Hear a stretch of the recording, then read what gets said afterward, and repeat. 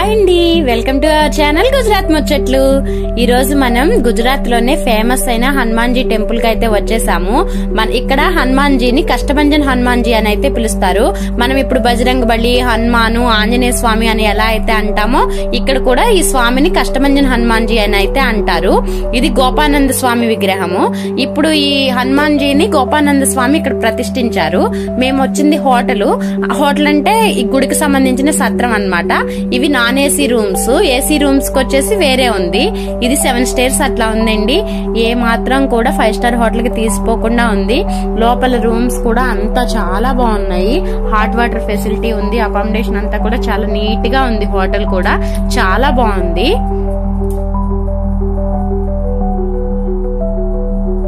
ఇక్కడ మనకి అక్కడ జరిగే మామూలుగా మెయిన్ ఉంటాయి కదా ఉత్సవాలు, అవన్నీ కూడా ఇక్కడ రాసి ఉంచారు. ఇక్కడ చూపించే స్టాచ్యూ ఉంది కదా, ఈ విగ్రహము గోపానంద స్వామిది. ఇప్పుడు హనుమాన్ జీని ప్రతిష్ఠించింది కూడా ఈయనే. హోటల్ అంతా కూడా చూడండి చాలా బాగుంటుంది. మేము 3rd స్టేర్ లో ఉన్నాము. అక్కడ ఇక్కడ నుంచి కొంచెం ఫ్రెష్ అయ్యి దర్శనానికి వచ్చేసాము. స్వామి నైట్ టైమ్ లో మనకి ఫుల్ దర్శనం అయితే లేదు, ఓన్లీ ఫేస్ వరకే చూపిస్తున్నారు. మొత్తం అంతా కట్టేసి ఉంది. అక్కడ నుంచి పక్కనే హనుమాన్ స్టాచ్యూ ఉంటే స్టాచ్యూ దగ్గరికి వెళ్లి కొంచెం అలా తిరిగేసి పార్క్ దగ్గర కూడా కొంచెం చూసి భోజనానికి అయితే వచ్చేసాము. ఇక్కడ భోజనాలయంలో ఏంటంటే మనకిలాగా రైస్ అట్లా ఏముండదు. అంటే వీళ్ళ ఫుడ్ వీళ్ళు పెడతారు. మనము తిరుపతి వెళ్ళినప్పుడు మనకి ఎలా అన్నదానం పెడతారో అట్లానే ఇక్కడ కూడా అన్నమాట. మేము వచ్చింది వీకెండ్ కాదు, సాటర్డే సండే అయితే ఫుల్ రష్ ఉంటుంది. అసలు ఏ మాత్రం కూడా రూమ్స్ అవైలబుల్ ఉండదంట. ఫుడ్ కూడా చాలా ఇబ్బందిగా ఉంటది, అంటే ఎక్కువ రష్ ఉంటుంది. ఈ రోజు రష్ ఏం లేదు, అంతా చాలా ప్రశాంతంగా బాగుంది. చపాతీ, కిచిడి అండ్ సబ్జీ, ఆలూ సబ్జీ పెట్టారు. నైట్ వ్యూ ఇది టెంపుల్ ది. ఈ టెంపుల్ కి 4 వైపులా కూడా 4 ద్వారాలు ఉన్నాయి. ఇది ఒక వైపు అన్నమాట. మొత్తం 4 కూడా ఇట్లానే చాలా బాగుంది. ఇక్కడ నుంచి మళ్ళీ ఎర్లీ మార్నింగ్ 7:38 కల్లా బయలుదేరి దర్శనానికి వచ్చేసాము. ఇదంతా కూడా మళ్ళీ మార్నింగ్. ఇప్పుడు ఇక్కడ స్వామికి చరిత్ర నిజంగా సత్యంగా గెలిచిన స్వామి అని చెప్తారు. గోపానంద స్వామి సాలంగ్పూర్ అంతా కూడా కరువులు, కష్టాలు, బాధలు వచ్చి బాధపడుతుంటే హనుమాన్ జీని ప్రతిష్ఠించాలి అని చెప్పేసి అయితే అనుకున్నారంట. ఇక్కడ ప్రతిష్ఠించే టైంలో స్వామికి శక్తులు ఇస్తారంట. ఆ శక్తులు ఇచ్చేటప్పుడు శక్తులు అనేవి స్వామికి ఎక్కువైపోయి స్వామి తల ఇలా పక్కకి పోయి పళ్ళన్నీ కూడా బయటకు వచ్చేస్తే ఇంకా చాలు అని ఆపేశారు. ఇంకా స్వామి ఎలా అయితే ఆగిపోయారో అలానే ప్రతిష్ఠించేశారు. స్వామికి కాలి కింద మళ్ళీ ఆడవేషంలో ఒక మనిషిని తొక్కిపట్టినట్టు ఉంటుంది. అదేంటంటే శనిదేవుడు ఆడవేషంలో వస్తే స్వామి గ్రహించి కాలి కింద తొక్కిపట్టుంచారనమాట. ఇక్కడ నుంచి మనం పక్కనే స్వామినారాయణ టెంపుల్ ఉంటుంది. స్వామినారాయణ గారు అంటే ఇప్పుడు మనకి లైక్ ఈ ఊర్లో రామాలయాలు, ఆంధ్రాలో రామాలయం, ఊరికి ఒక రామాలయం ఉంటుంది కదా, అట్లానే గుజరాతీస్ అందరికి కూడా ప్రతి ఊరికి కూడా ఒక స్వామినారాయణ టెంపుల్ అయితే ఉంటుంది. వీళ్ళు స్వామినారాయణ స్వామిని బాగా పూజిస్తారు. ఇప్పుడు మనం ఎవరైనా కలిస్తే కూడా జై స్వామినారాయణ, జై స్వామినారాయణ అలా చెప్పుకుంటారనమాట. మనం నమస్తే అని ఎలా చెప్తామో వీళ్ళు అలాగా జై స్వామినారాయణ అని చెప్పుకుంటారు. చాలా మంచిగా అనిపిస్తుంది నాకు అట్లా విన్నప్పుడు మాత్రం. ఇట్లా లోపలికి వెళ్లి లోపల స్వామినారాయణ స్వామి వాడిన వస్తువులు, మంచము అవన్నీ ఉన్నాయి. మనకి ఇప్పుడు వెళ్లే వాళ్ళు రాజస్థానీస్. నేను ఇప్పటి వరకు అనుకునేదాన్ని రాజస్థానీస్, గుజరాతీస్ ఇద్దరు ఒకటే అన్నట్టు అనుకునేదాన్ని. కానీ వేరు, వీళ్ళ కల్చర్ వేరు, వాళ్ళ కల్చర్ వేరు. గుజరాత్ వాళ్ళు అసలు నాన్ వెజ్ తినరు. ప్యూర్ గుజరాతీస్ ఎవరైనా సరే నాన్ వెజ్ అనేదే తినరు, వాళ్ళు వండరు, అసలు ఏం ఉండదు అనమాట. మనం రెంట్ కున్నా గానీ నాన్ వెజ్ తింటాము అని తెలిస్తే రెంట్ కూడా ఇవ్వరు హౌసెస్. రాజస్థాన్ వాళ్ళు అలా కాదు, వాళ్ళు నాన్ వెజ్ అవి తింటారు. అంటే అందరూ తినకపోయినా కొందరైనా తింటారు, మరి ఇంత ప్యూర్ గా అయితే ఉండరు. ఇది స్వామినారాయణ స్వామి వాడిన మంచము.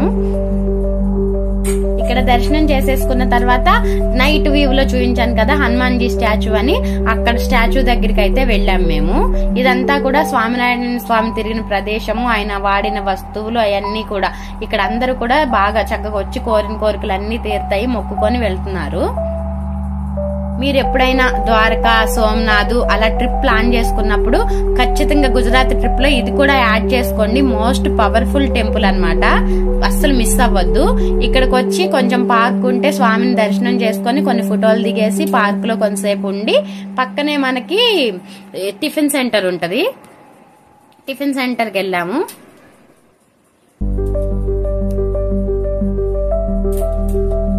జై హనుమాన్.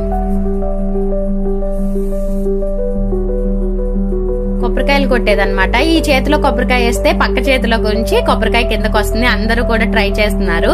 ఫుడ్ కోర్ట్ లో మాత్రం మీరు నార్త్ సైడ్ వస్తే దోశ అసలు ట్రై చేయకండి. ఎందుకంటే మన సైడ్ దోశ 50 రూపీస్ 80 రూపీస్, మహా అయితే 100 అన్నమాట. చాలా బాగుంటది. ఒక దోశ తింటే మళ్ళీ మధ్యాహ్నం వరకు సాయంత్రం వరకు ఆకలేదు. ఇక్కడ అట్లా కాదు, దోశ అయితే బాగోదు. 200 వరకు కూడా చార్జ్ చేస్తారు. మీరు నార్త్ సైడ్ వచ్చినప్పుడు టిఫిన్స్ ఏమన్నా తినాలి అనుకుంటే పావు బాజీ, ఆలు పరాటా ఇట్లా తినండి, బాగుంటాయి. అంతేగాని పోహా కూడా బాగుంటుంది. అంతేగాని దోశ, ఇడ్లీ లాంటివి మాత్రం అసలు ట్రై చేయొద్దు. మనకి లా ఉండవు. మనీ వేస్ట్ అన్నమాట. మెయిన్ మనీ వేస్ట్ చేసుకోకుండా చక్కగా వీళ్ళలానే మనం కూడా నచ్చిని తినేసి వెళ్తే బాగుంటుంది. ఈ పక్కనే ఏంటంటే వుడ్వి అన్ని ఎగ్జిబిషన్ లా పెట్టారు. మనం పర్చేస్ చేయొచ్చు. కానీ కాస్ట్ మాత్రం కొంచెం హైగా ఉంది. మేమేం తీసుకోలేదు, అందుకనే జస్ట్ చూసి వచ్చాము. ఫోటో ఫ్రేమ్స్, పూలదండలు, కీ చైన్స్, ఇంకే కష్టభంజన స్వామి ఫ్రేమ్స్ అన్ని కూడా ఉన్నాయి. చాలా బాగున్నాయి. Wooden serving plates, bowls, water bottles, tea cups, అన్ని కీ చైన్ హోల్డర్స్ అన్ని ఉన్నాయి. ఇవన్నీ కూడా సోప్స్, వాష్ జెల్స్, బాడీ వాష్లు, ఇంకా అగర్బత్తీస్ అన్ని, ధూప్ స్టిక్స్ అన్ని ఉన్నాయి. ఇవన్నీ కూడా నేచురల్ గా ఆయుర్వేదిక్ గా చేసినాయి, ఏం కెమికల్స్ యూజ్ చేయకుండా. అందుకని కొంచెం కాస్ట్ హైగా ఉన్నాయి. మనకి ఇక్కడ ఎదర ఫోటో ఫ్రేమ్ చూపిస్తాను నేను. ఆ ఫ్రేమ్ లో అసలు కష్టభంజన హనుమాన్జీ రూపం గాని ఆయన మొత్తం ఎట్లా ఉంటారు. ఇదిగో చూడండి, ఇది కష్టభంజన హనుమాన్జీది. పక్కన ఉన్నాయి కూడా ఆయన రూపాలు. కింద చూసారా ఆడవాషంలో శనీశ్వరుని తొక్కుపట్టి ఉంచారు కాలు కింద.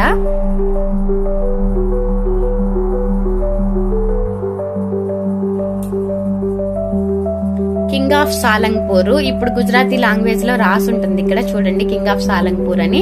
మనకి హిందీ వేరు, గుజరాతీ వేరు. మనకి ఇప్పుడు తెలుగు వేరు, హిందీ వేరు, ఎలాగో అలాగా. నాకైతే గుజరాతీ రాదు. ఇప్పుడిప్పుడే హిందీ నేర్చుకుని కొంచెం ఇంప్రూవ్ అయ్యాను. వచ్చిన కొత్తలో అయితే అసలు హిందీ కూడా ఏం వచ్చేది కాదు. వీళ్ళు ఏదైనా మాట్లాడితే తెల్లమొహం వేసుకొని చూస్తా ఉండేదాన్ని.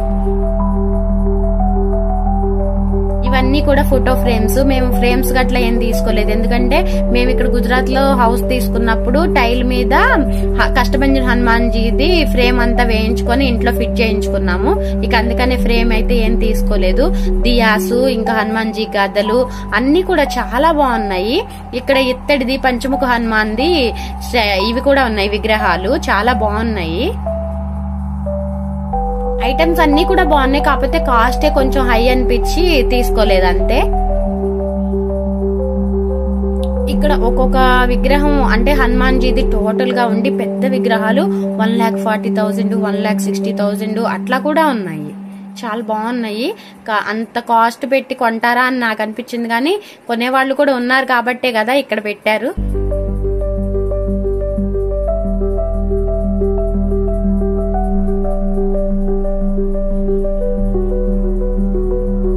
ఇది చూడండి హనుమాన్జీ. ఇప్పుడు ఇక్కడ ఎలా ఉందో సేమ్ టెంపుల్ లోపల కూడా విగ్రహం అలానే ఉంటుంది. జై హనుమాన్, జై బజరంగబలి. ఇవి తాయెత్తులు. ఏంటంటే 20 రూపీస్ నుంచి 200 వరకు అట్లా ఉన్నాయి. తాయెత్తులు తీసుకొని మనం టెంపుల్లోకి తీసుకెళ్లి పూజ చేయించుకొని పిల్లలకి కట్టుకోవచ్చండి. అంటే ఎవరైనా కొంచెం ఇదిగా అనిపించిన వాళ్ళు, పీడకలలు అట్లా వచ్చినా, కొంచెం దెయ్యం పట్టినట్టు అనిపించినా తీసుకెళ్లి కడితే మోస్ట్ పవర్ఫుల్, అంటే చాలా బాగా పనిచేస్తాయని చెప్పి అంటున్నారు. మేమైతే 2 పిల్లలకి చెరొకటి తీసుకొని పూజ చేయించి తెచ్చుకొని బ్యాగ్ లో పెట్టుకున్నాం. ఇంటికి వెళ్ళిన తర్వాత కడదామని చెప్పేసి. ప్లీజ్ అండి, చూసి వెళ్ళిపోవద్దు. లైక్ చేయండి, షేర్ చేయండి, సబ్స్క్రైబ్ చేయండి. Thank you for watching.